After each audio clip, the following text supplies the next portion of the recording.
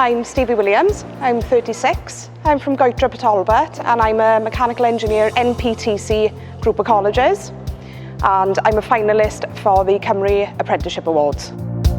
So since leaving school, I went straight into customer service. I've had a wide array of jobs. However, I always aspired to become a teacher. I was sent over to work in the central engineering shops in Tata Steel, and that's where I fell in love with engineering, and I made my decision.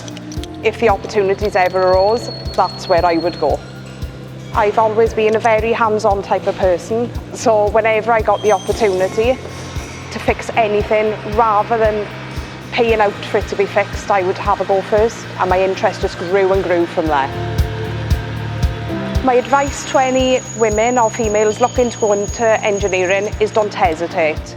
It may seem that it's male-dominated, but it really isn't. You're accepted by everybody, and we as females have a lot to offer engineering.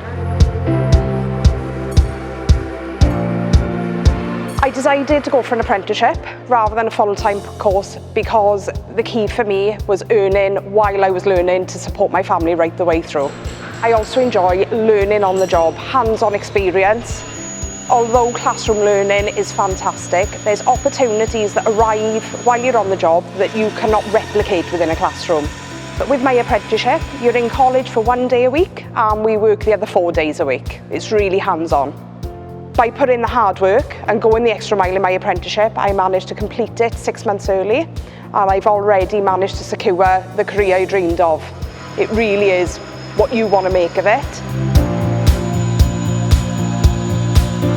When I was nominated and found out I'd become a finalist for the Cymru Apprenticeship Awards, it was complete and utter shock and amazement.